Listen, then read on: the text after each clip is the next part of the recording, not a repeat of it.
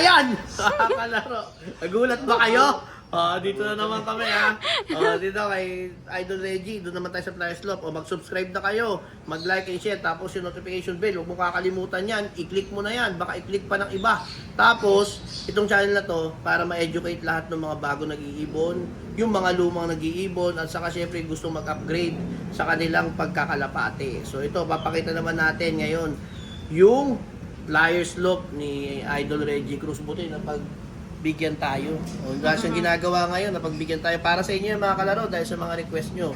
Ipapakita natin yung Flyers Loft para magka-idea kayo kasi alam ko naman gusto nyo magkaroon ng parang champion loft na gagawin. So itong Flyers Loft para makita nyo rin kasi di ba nung mga nakaraan may mga pinakita tayong loft.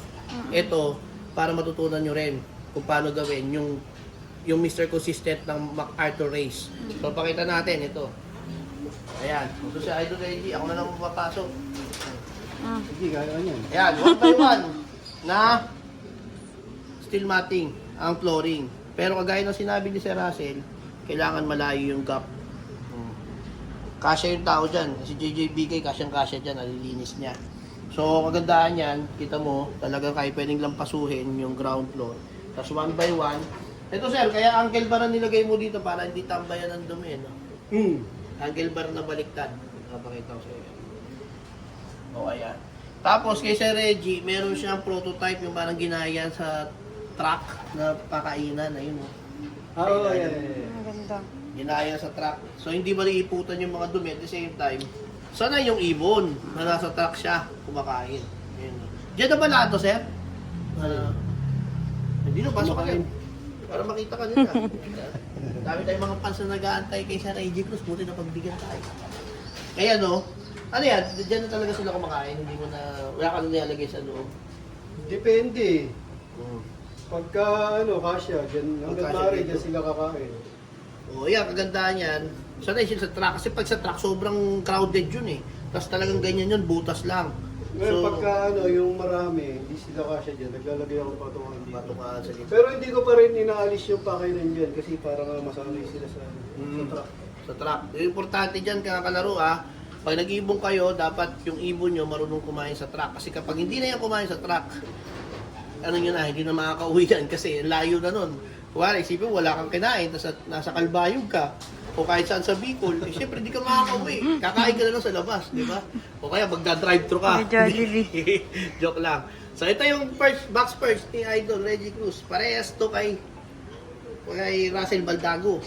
Pero ito ay solid wood na ginamit. Tapos ang kagandahan dito yung pinaka apakan. O talagang kahoy. Parang Belgium sa Belgium tayo, no? Belgium style. Tapos ito yung pinto niya. Oh. Tapos meron siyang lock dito. Pag ganyan mo, angat mo lang, maglalak siya dito. Malabas. So ito daw, sabi ba dapat bata pa lang din? Bata pa lang. Bata pa lang. Gusto mong kulungin. Kinukulong na natin Kung dito. pagka may mga edad na, mahirap sila. Ayun. Lilipad sila pag isasara mo pa lang. Napag-usapan na namin kasi tanong ko kung yung option na ikulong siya ng ganito para maobserbahan mo magdamag, kailangan pala inakay pa lang. Sinusubukan mo na ikulong, kinukulong mo na pala talaga. Tapos kita nyo sa likod, may ventilation siya. Dito. Lusutan. Kasi sa likod din niya, indoor na stockboard. So okay lang may ganito. Pero tingin ko kapag malakas ang hangin dyan, hindi maganda may ganyan. Kung malakas ang hangin sa Kasi likod, indoor hindi to, kaya pwede. nilagyan ko niya. Indoor kasi yung kulungan, so kapag ito nilagay mo to sa may yung hangin na sa likod, bugbog sa hangin yung ibon. Hindi na kailangan. Pero ito sa ganito klaseng style pwede. Para nagsisirculate yung hangin. Tapos ito yung madumi nila. Kita niyo yung madumi parang jolly na maliliit. Di ba? Matitigas. Pero to, linisin din to Hindi to ngayon, hindi to matagal dito. Sa kanyang style niya, daily linis niyan. Naiiwan to ni JJBK. Hindi, ngayon dahil mainit, hindi pa masyadong baga yung amoy ng hindi pa masyado. Kaya okay lang hindi O yan, tingnan nyo. Pag ano na, pag tagulan yan, talagang masipag Ito, talagang maglinis. ito mga ideal na dumi ng kondisyon na yun. Ganda. Pag ngayon summer kasi, ano, hindi pa maamoy. O, hindi pa maamoy. Oo, tuyong-tuyo pa yung ano, yung look. Pagka nag-uulan na, Oo, doon doon sisimula. kami, ano, naglilinis talaga. Saka yung sakit, pag nag-uulan na. Hmm. O, doon, pakita ko sa ventilation. Ito, ang ganda nito, maganda, jalousie. Jalousie. O. May jalousie siya dito, tapos dito, yung sabi ni ex-machina, ano na lang daw to, pang-hype lang. Hindi niya na ginagamit. Pero ito, pwede mo ganyan konti na yung hangin, pwedeng bukas. Yun talaga ang ano nito, ang use nito. Kasi importante, hindi nabubugbog ng hangin ang mga Lalo na paggabi, pag natutulog sila. pag natutulog, ikaw ba naman, bugahan ka sa mukha, hindi ba naman, magigising ka no?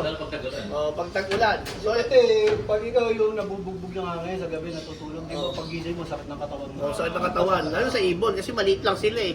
Ang lalakas ng hangin. Kaya yung sa atin, mataas yung loob natin, gagawa natin ng ganito. Yan. Gastos. Gastos. Post gas. Yan. Talagyan ko sa gilid ng ganyan. Ito, solid wood itong mga to. Kay Sir Richie to. Sir Richie, lahi ni Adanlop. Ayan ha. Tapos ito yung release mo. Oo, pag bata pa. Pag bata pa yun. Ito, mamaya papakita natin. Yan. Oh. Tapos yung mala ex machina niya, stainless. O yun nga ang gagayahin ko eh. Mm-mm. Tunay sukat eh. O, square bar siya na maliit. O, maganda. Square bar. Tapos, ito yung trapdoor mo. Ito. Ayan. So, maganda yung trapdoor. Ito yung pagtitingnan mo sa online. Di ba? Tataka kayo, ba't mayroon siyang drop dito, tapos mayroon siyang mga pinto sa gilid. Pagpasok na ibon, alam mong bagong dating kasi nandito siya sa box na kulungan. So pag dumating, kaya mo sa mga umuwi niya, mga finisher, laging ito yung makikita mo nandyan na. Kasi ito pala, may lock pala to, sir. Oo, wari, ano eh, walay na yung lalaki at babae. Ayan o, lalak mo. Oo. Pag dito, sila papasok, kilala ko to. Okay. Dito lang sila dadaan yung mga babae. Makakasanayan na nila. Makakasanayan, oo. Tapos pag yung babae naman, Hmm. ito, ayan. Bubuksan niya. Ay, bubuksan mo. So ito, meron na siyang clip dito. Oo. I-clip mo lang. Tapos pagka kunwari yung sa local club, pa sticker, Hmm. nilalak namin pareha siya, dito namin dinuhuli. Oh, ayun, maganda. Tapos yung ano niya, timid trapdoor niya, yung design parang kay Bombay din, kay Pastor Pogi. Peche. Pa Doon Peche. nilalagay yung pad dito. Pati kay ex-machina, ganyan, may pad sa ilalim, lagay ng pad. Tapos yung may ganun din. Tapos may ventilation din siya sa taas. So, importante din yung ventilation na yun ha, para doon sa hangin. O tapos sa dulo, yun yung papunta sa viewing. Kita mo, yung viewing. Ayun na, may nabubila. Series nila lang, kayo. Papunta sa stainless yan, na viewing yung sa taas. Viewing. Pagka umaga, viewing sila. Oo. Hanggang ano, ayan, 11, mamaya papapasok. Papasok na. Tapos pag-iinumin ko, pag nakainom, dito na sila. Sa labas na? Sa labas dito na. Nagpapakawala na pala sa Reggie Sound. Oh, sound. Oo, ganda na yung ano niya, sound. Wala. Ayan, parehas din yung sa kabila. Pakita mo, ayan, parehas lang din. Yun din yung box perch niya. Ayan. O, doon tayo sa labas. Pakita ko yung viewing. Para makita niyo. Dito, sa talas. Doon yan, no? Ito yung abangan. Taas. No edit kasi ito eh. One No shot lang, no? edit. Mm-mm. Vlog. News. Oh, ito na yung abangan, oh. Ang ganda. Ayan yung viewing ni Sir Reggie. Ayan yung viewing niya. Ayan. Tapos, ayun yung trapdoor niya. Ayan o. Ayun, sa baba. Ayan yung trapdoor. Yan, tapos papasok ko yung sa kulungan na gano'n. Na? Tapos ito yung, ano niya, ex-machina trapdoor niya dyan. Yung double door. So, pwede buksan to. Oh. Nandun siya. Pwede dito. Oh. Pwede ito kapakan? Oo. Ako, baka lumusot ako Landing dito. pa na yan. Ayun, pakita ko lang din yun. Di ba ka ikay lumusot? Eh, ito tatanong. Papagamot pa ako? Ayan, ha? Ito yung trapdoor niya na stainless, oh. Ayan, ha? So, pag dumating yung ibon galing doon, dito mababa. Galing. Tapos, i-sticky nila dito yan pag ganun, papasok. Yung gagayahin natin yun, yung stainless na viewing, oh. Hanggang bubong. Ayan, oh. Walang bulok, stainless. Magastos lang. Oh. Pero dapat ibigay natin lahat sa ibon, eh. Okay na, ha? O, yan, ha. Okay na tayo sa Flyers Love, ha? Bye!